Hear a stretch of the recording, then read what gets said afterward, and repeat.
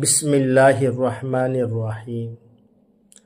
হযরত খাদিজা রাদিয়াল্লাহু আনহা ওয়াফাতের পর তার বোন হালালা একবার রাসূল করিম সাল্লাল্লাহু আলাইহি সাল্লামের সাথে সাক্ষাৎ করতে এসেছিলেন। রাসূলুল্লাহ সাল্লাল্লাহু আলাইহি সাল্লাম তার কণ্ঠস্বর শুনেই বলে উঠলেন, হালা, এসেছো? রাসূলুল্লাহ সাল্লাল্লাহু আলাইহি সাল্লাম মানসপটে তখন খাদিজার স্মৃতি ভেসে উঠেছিল। আসিয়া রাদিয়াল্লাহু আনহা বলে ফেললেন, আপনি একজন বৃদ্ধার কথা মনে করছেন যিনি মারা গেছেন? আল্লাহ তার চেয়ে অনেক উত্তম স্ত্রী আপনাকে দান করেছেন। জবাবে নবী করিম সাল্লাল্লাহু আলাইহি সাল্লাম বললেন, কখনোই নয়।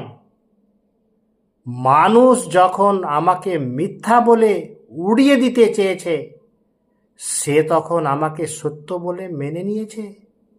সবাই যখন কাফের ছিল, তখন সেই একজন মুসলমান হয়েছিল। কেউ যখন আমার সাহায্যে এগিয়ে আসেনি, তখন সে আমাকে সাহায্য করেছে। তার গর্ভে আমার সন্তান হয়েছে। আমাদের মনে হয় হযরত খাদিজা রাদিয়াল্লাহু আনহার মূল্যায়নের চেয়ে আর বেশি কিছু হতে পারে না।